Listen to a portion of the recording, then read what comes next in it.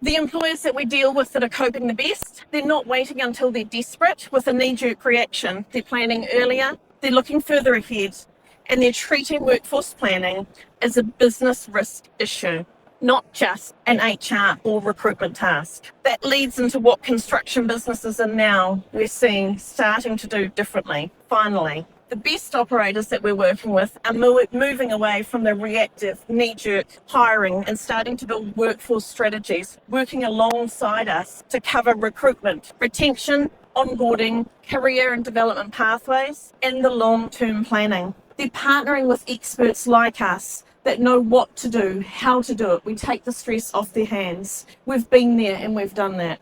The businesses navigating these workforce challenges most successfully aren't necessarily the biggest businesses or the ones paying the highest wages. It may not necessarily be the corporates. They're the businesses that have become more proactive.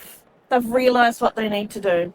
Instead of waiting until somebody resigns or a project's already under pressure, they're planning their workforce needs 6, 12 and even 18 months ahead. They're looking at project pipelines, identifying future skills gaps and putting plans into place before those gaps become critical.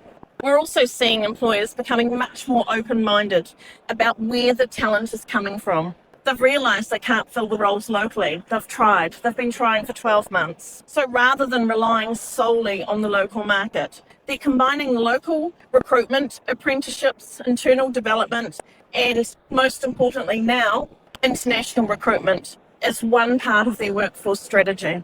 But probably the biggest shift is now around the retention of these workers.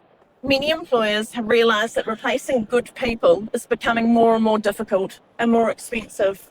Last night I spoke to a gold mining company in the South Island, and they've been recruiting for one role for 18 months. They've not been able to find the role. It's a critical role. They've come to us. They know that they can have the guy landed in 3 months. Businesses are investing more time into leadership, onboarding, training, career development, and creating workplaces where people actually want to stay. You spend more time with your co-workers than you do with your family generally. They're also taking a long-term view of skilled migrant recruitment. So instead of simply focusing on filling today's vacancies, they're asking how they can help the workers to stay longer, to call New Zealand home, to build a future in New Zealand. New Zealand can't grow without skilled migrant workers. That means better onboarding, settlement support, pastoral care, support from families, and understanding, most importantly, the residency pathways that encourage these people to call New Zealand home and to stay long term. The reality is that businesses struggling the most are often recruiting reactively.